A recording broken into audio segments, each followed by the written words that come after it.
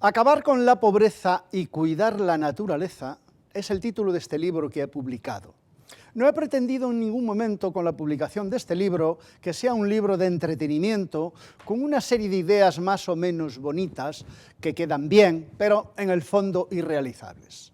He querido que este libro sea un manual de procedimiento, es decir, qué hacer para resolver esos dos problemas que tenemos la humanidad.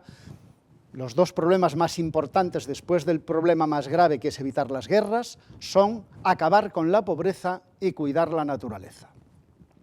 Pero vamos a definir un momento qué entendemos por pobreza. Se entiende que una persona es pobre cuando no puede cubrir las necesidades básicas o alguna de las necesidades básicas. La primera necesidad que tenemos los seres humanos es la de alimentarnos, vestirnos, tener una casa para vivir, poder curarnos si estamos enfermos, poder ir a la escuela. Luego hace falta un dinero básico para necesidades como pagar la luz, el agua, el seguro, el transporte y otras necesidades varias que necesitamos. Entonces, cuando no podemos cubrir esas necesidades o alguna de ellas, se considera que una persona es pobre. Efectivamente, hay gente, desgraciadamente, que no puede cubrir ni la primera necesidad, es decir, que alimentarse le cuesta, y ya las otras no digamos. Pero hay mucha gente que cubre la primera necesidad, la educación o la medicina la cubre el Estado, se puede vestir, pero la vivienda imposible.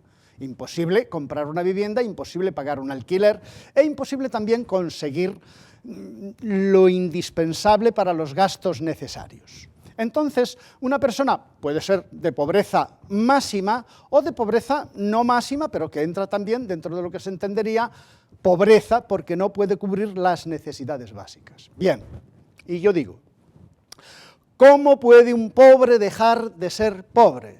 Solo hay dos posibilidades.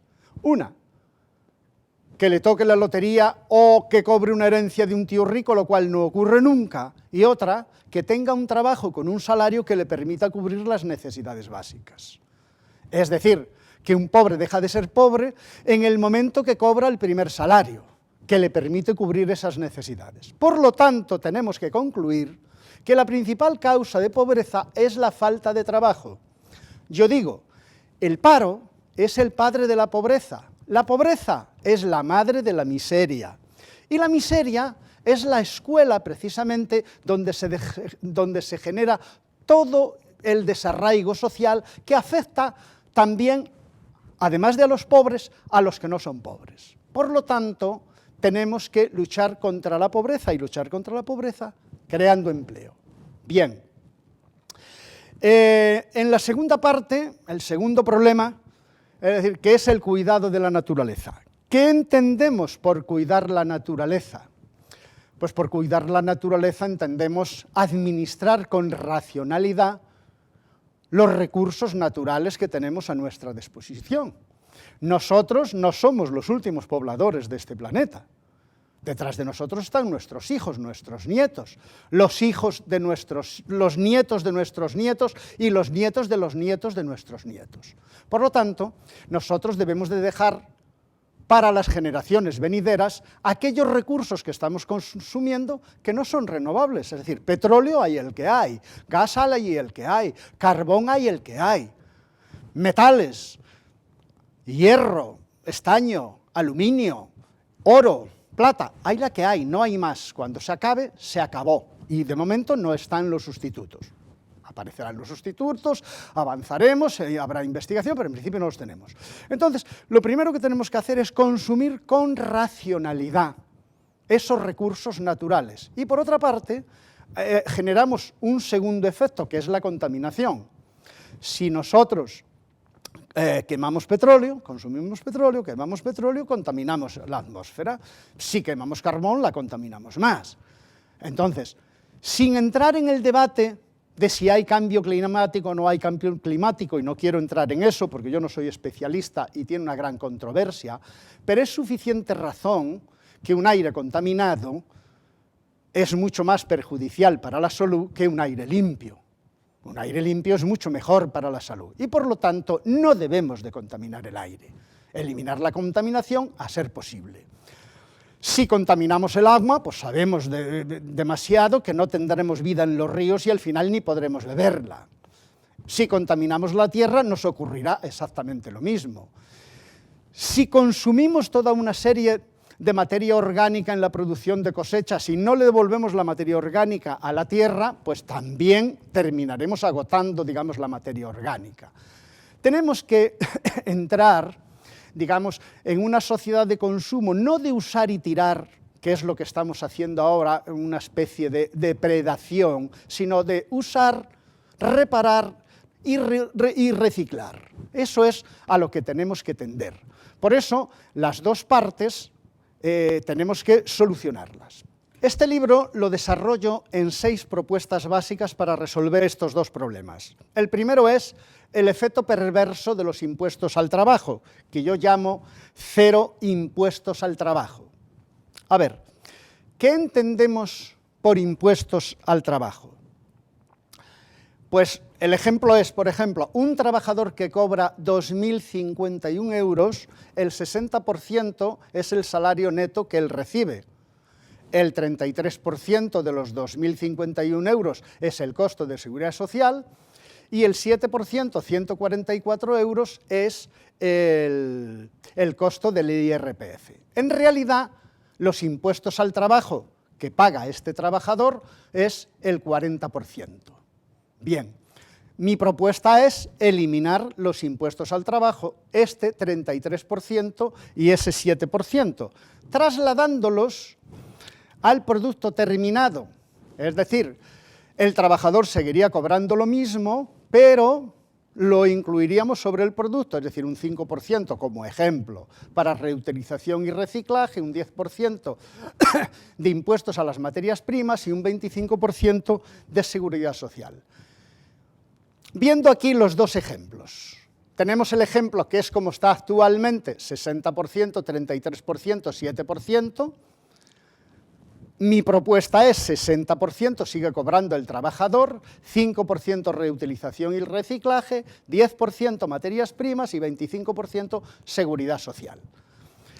¿Qué conseguimos con esto? Pues conseguimos que abaratamos el costo de la mano de obra y lo cargamos sobre el producto terminado. Bien, hay dos cosas básicas y fundamentales, que no quiero que esto se preste a confusión. El trabajador ha de seguir cobrando lo mismo en un caso que en el otro. El Estado va a seguir recaudando exactamente lo mismo en un caso que en el otro, pero que en vez de cobrarlo al trabajo directamente, lo cobra al producto terminado. Como ejemplo, un emprendedor que tiene tiempo, que tiene unas ideas, que tiene ganas, pero no tiene dinero. Tú emprendes un negocio y a lo mejor empiezas a facturar en ese negocio dentro de un año, pero durante ese año tienes que estar pagando los gastos de seguridad social y los gastos de IRPF. Si tú le quitas eso, lo único que tiene que poner el emprendedor es su tiempo, y su tiempo dispone, pero no dispone del dinero para financiar eso. Entonces, el emprendedor, ¿cuándo va a pagar, digamos, los impuestos? Cuando empieza a facturar, cuando encuentra clientes, cuando empieza a vender.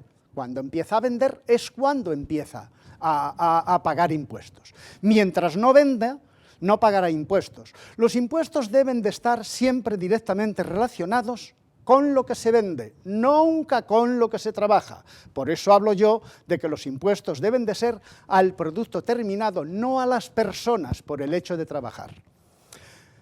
Esto también favorecería a las pequeñas y medianas empresas en momentos de crisis. Bueno, a las pequeñas y medianas y a las grandes empresas en momentos de crisis. Tú en el momento de crisis no facturas, pero tienes que seguir pagando la seguridad social, el IRPF y los salarios. Si la seguridad social y el IRPF está en función de lo que vendas, cuando vendas, pagarás. Y lo que tú no vendes lo está vendiendo otro, lo estará pagando otro, pero no lo estás pagando tú. Las empresas reducen el gasto de personal un 40%. Y al reducir el gasto de personal un 40%, siempre son más adaptables los gastos a la situación de la empresa que si tienes un 40% más de costo. En los casos de robotización de la producción, por ejemplo, si yo produzco sillas con trabajadores y medios manuales, yo estoy pagando la seguridad social de todos ellos y esas sillas llevan un costo de seguridad social y IRPF que no lo va a llevar si las produzco con un robot, mientras que con mi sistema, las sillas que produzca el robot pagarán exactamente los mismos impuestos de seguridad social y IRPF que si las produzco con personas físicas. Y este es un efecto que tiene sobre la robotización y sobre los productos de importación. Voy a poner un ejemplo que vamos a ver, por ejemplo, entre el Corte Inglés y Amazon. Podríamos poner Corte Inglés y Pequeño Comercio y Amazon. Amazon paga por cada televisor que vende, pongamos un ejemplo de un televisor, valor 100, paga 4,57 según este cálculo, y el Corte Inglés paga 18,3. ¿Por qué razón? Pues la razón es la siguiente. Cuando queremos comprarnos, por ejemplo, un televisor, no sabemos qué televisor comprar. Y nos vamos al Corte Inglés, por ejemplo, o a cualquier otra tienda, lo miramos, lo tocamos, lo vemos, nos gusta, no nos gusta, nos lo explican, y en función de eso ya decidimos. Y luego nos vamos a casa, hacemos los números y dice, hombre, pero si el mismo vale menos dinero, 100 o 200 euros menos en Amazon, ¿por qué lo voy a comprar en el Corte Inglés? Y se le pide a Amazon, por ejemplo. El Corte Inglés le ha realizado un trabajo involuntario en la venta, es decir, ha asesorado sobre lo que queríamos, y el Corte Inglés tiene unos gastos para hacer ese asesoramiento, tiene unos gastos de personal muy superiores a los que tiene Amazon, es decir, tiene un edificio, tiene una exposición, tiene unos aparcamientos, tiene un servicio de mantenimiento, tiene un servicio de seguridad, tiene también una página web. Amazon tiene una página web y un almacén. Y por cada trabajador de Amazon, comparado con el Corte Inglés, pues probablemente vende 4 o 5 veces más el de Amazon que el del Corte Inglés. Y por lo tanto Amazon puede vender más barato porque lo hace con mucha menos gente, y al hacerlo con mucha menos gente, los productos que vende Amazon llevan menos impuestos que los productos que vende el Corte Inglés o los productos que vende una pequeña tienda. Es decir, yo hago ahí un ejemplo. Partiendo de un televisor que vende el Corte Inglés como base 100, le pone un 30% de margen, de ese 30% de margen, 12 son impuestos al trabajo. Esos impuestos al trabajo a su vez generan un IVA del 21%, que son 6,3, total, que el televisor que se vende en el Corte Inglés paga de impuestos 18,3, digo, en el Corte Inglés o cualquier tienda de barrio. Como cada trabajador de Amazon va a vender 4 televisores por uno que vende el Corte Inglés, entonces, en realidad, cada televisor que vende Amazon, tenemos que dividir ese 18,3 entre 4, que son 4,57. Si lo llevamos a 100, si un televisor en el Corte Inglés o en una tienda de barrio paga 100 de impuestos, el mismo producto que suministra Amazon o cualquier otra tienda, digamos, de venta por correo, va a pagar 25, es 100 contra 25. Esto genera una competencia desleal que además grava el trabajo, grava el empleo. Es decir, no puede ser que estemos tirándonos piedras contra nuestro tejado. Esto es un contrasentido. ¿Por qué un televisor que se vende en Amazon tiene que pagar 25 y uno que se vende en el Corte Inglés tiene que pagar 100? Es decir, ¿qué razón social tiene eso? Es decir, ¿qué bien causa? Ninguno. Es un contrasentido y es algo que hay que corregir y algo que hay que equilibrar. Otro ejemplo claro es con, por ejemplo, un televisor de importación, comparándolo con un televisor de fabricación nacional. Decimos, También partimos un televisor base 100. Importamos de China un televisor, le ponemos el 21% y lo vendemos en 121. Bien. Ese mismo televisor fabricado en España, que cuesta 100 de salario, hay que gravarlo con 67 más de impuestos. ¿Por qué 67? Porque 67 es el 40% de 167, que son los impuestos al trabajo, IRPF y Seguridad Social. Bien, ya hay que gravarlo con 67. Y decimos 67 más el 21% de IVA, que son 35, entonces tenemos 67 más 35, 102. Televisor de fabricación nacional, con base 100, paga 102 euros de impuestos. Televisor de importación, que lo importamos, base 100, paga el 21% de impuestos, que es el IVA. Aquí la diferencia ya no es de 1 a 4, aquí es de 1 a 5. Aquí estamos hablando que un televisor de importación paga un 21% por su base 100, mientras que un televisor de fabricación nacional paga 102. ¿Qué sentido tiene esto? De verdad que ninguno. Sentido práctico ninguno, sentido social absolutamente ninguno. Esto es lo que se llama un arancel al revés. El arancel al revés, que antes se ponían los aranceles para proteger la industria nacional y los productos nacionales, y ahora se grava a los productos nacionales con un sobrecosto en impuestos que no se grava a los productos de importación. Por eso mi propuesta, si eliminamos los impuestos al trabajo, el televisor que venda Amazon pagará lo mismo que el que venda el Corte Inglés. El televisor que importemos pagará lo mismo que si es de fabricación nacional. ¿Y qué conseguimos con esto? Pues conseguimos una mayor racionalidad y conseguimos también salir un poco de esa incultura de usar y tirar, de productos baratos, de usar y tirar. Los productos de fabricación nacional no pueden ser tan baratos porque tienen una carga fiscal que no tienen los productos de importación. Y esto es de sentido común. Por lo tanto, tenemos que corregir esta parte. Efectos que tiene sobre la naturaleza el hecho de eliminar los impuestos al trabajo y cargarlos sobre las materias primas y el producto terminado. La tendencia, la primera es el ahorro. Si encarecemos las materias primas, tendemos a usar menos materias primas y sobre todo a aprovecharlas mejor. Si encarecemos las materias primas, el reciclaje, la reparación, la reutilización será mucho más rentable que si las materias primas son muy baratas. Eso es de sentido común. Si nosotros reducimos el costo de la mano de obra porque cambiamos los impuestos de las personas a las materias, ahorraremos materias y podremos utilizar más mano de obra. Si encarecemos las materias primas, si encarecemos los plásticos, no veremos plásticos tirados por la calle. Yo no veo tirado por la calle estaño, ni cobre, ni acero siquiera, ni otros metales que tienen valor. Todo aquello que tiene valor, alguien lo recoge, alguien lo recupera, alguien lo reutiliza. Ahora, si no tiene valor, pues lo tiramos.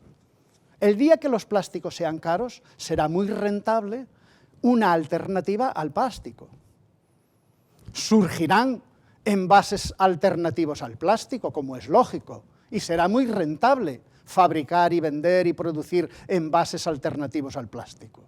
Tenemos que hacer que la actividad ecológica, que el hecho de reciclar, reutilizar, sea una actividad rentable, no puede estar gravada. El otro efecto que tenemos sobre las energías renovables, concretamente, es que si nosotros encarecemos las energías procedentes del petróleo, del carbón, básicamente, que son los dos más contaminantes, si las encarecemos, haremos muy rentables y muy competitivas las energías alternativas. La energía solar, y la energía eólica y la hidráulica serán mucho más competitivas. ¿Y qué conseguimos con ello? Pues conseguimos un gran desarrollo rápido y un ahorro de las otras energías que no son renovables. Y además con una ventaja.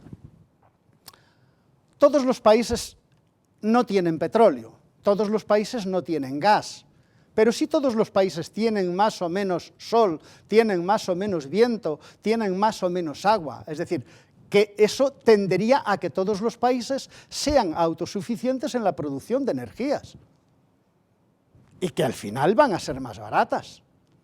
Es decir, nosotros no podemos tener unas energías que no son infinitas y que además son contaminantes.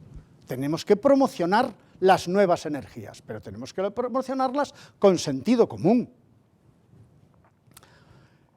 El otro fenómeno que tenemos, por ejemplo, es nosotros, el día que la materia prima para producir un neumático cueste el doble o el triple, no veremos estos espectáculos de arder grandes almacenes de neumáticos que ya se ha pagado una subvención para que los reciclen y luego los queman por falta de control sobre a quién se le ha dado la subvención.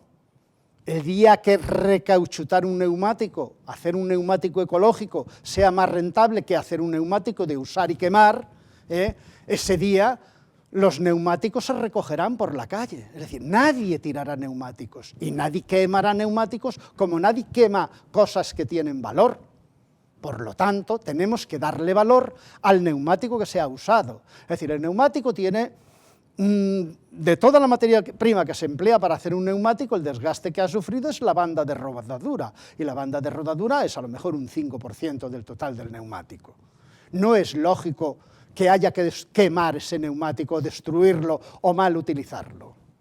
Por lo tanto, tenemos que eliminar los impuestos al trabajo y cargarlos sobre las materias primas y el producto terminado. No veremos los espectáculos de quemar grandes almacenes de neumáticos, ni veremos plásticos tirados por la calle, porque por la calle no hay nada que tenga valor que se tire. Tenemos que ir a una filosofía.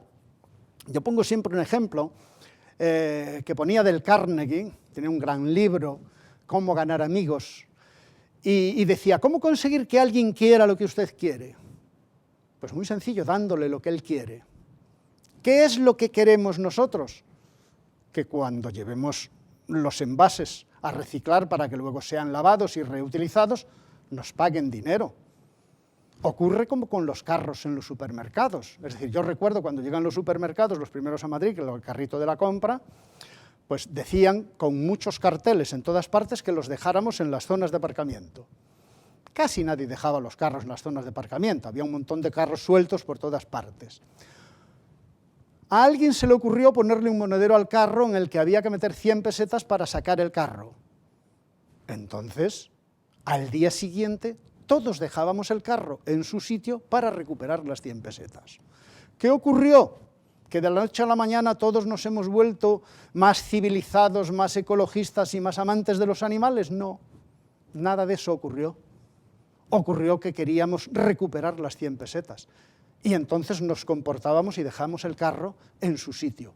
Pues con las materias primas y con el reciclaje hay que hacer exactamente lo mismo. Hay que darles valor a las materias primas y hay que darle valor a todo eso que hoy se tira y que luego se pueda recuperar, que luego se pueda hacer valor de ello, que luego se pueda convertir. Y si tú tiras algo, otro lo recogerá. ¿Qué inconvenientes tiene, digamos, la aplicación de eliminar los impuestos al trabajo y cargarlos sobre las materias primas y el producto terminado? ¿Qué inconvenientes tiene?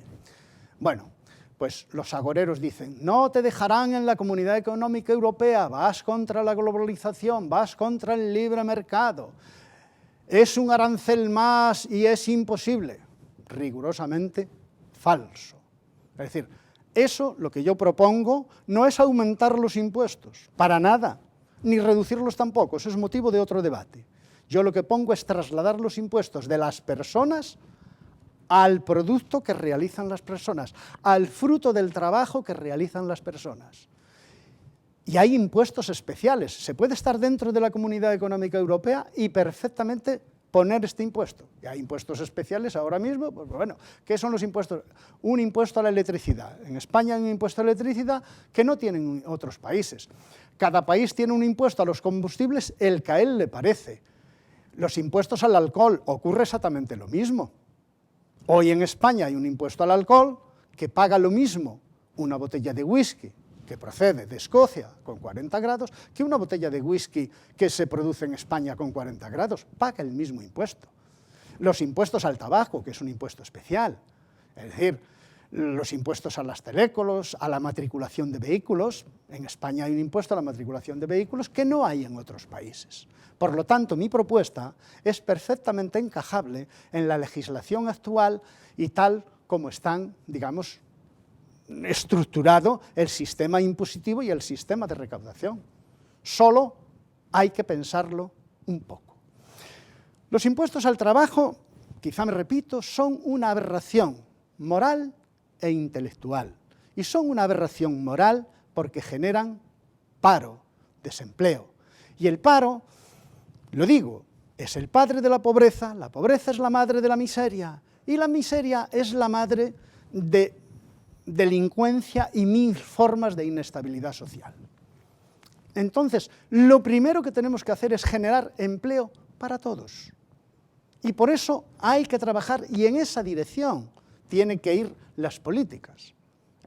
Y es una aberración moral por esta razón, y es una aberración intelectual porque no existe ninguna causa que nos impida realizar este cambio, ni va a causar ningún perjuicio al salario de los trabajadores, ni va a causar ningún perjuicio a la recaudación del Estado. Solo tiene el inconveniente de que hay que hacer una reforma y que hay que cambiar las cosas en este sentido. ¿Los políticos van a hacer algo en este sentido? No van a hacer nada. ¿Por qué no van a hacer nada? Porque los políticos solo hacen aquello que tiene demanda social. ¿Y qué tiene demanda social? Aquello que da votos. Lo que da votos es precisamente a lo que los políticos están dispuestos. ¿Qué tenemos que hacer nosotros? Generar esa demanda social. Es decir, desarrollar esta idea, ponerla en práctica y generar esa demanda social para hacerla llegar a los que legislan. Que alguien la tome y la tome en este camino. Y no me queda más que decir, en principio, solo decir que este es el primer vídeo de una serie de 6, quedan 5 que complementarán. El siguiente será, porque al hacer la reforma de cero impuestos al trabajo, tenemos que tocar el sistema de la seguridad social y de las pensiones. Entonces el siguiente vídeo será por unas pensiones más justas y sostenibles en el tiempo. El tercer vídeo es la robotización, el paro, y el paro, por un empleo básico para todos. La cuarta es la libertad de elegir la escuela de tus hijos para huir de la pobreza. El quinto será sobre las energías renovables y el coche eléctrico. Y el sexto será sobre nuevo sistema de recogida de basuras para organizar una agricultura más ecológica y sostenible en el tiempo.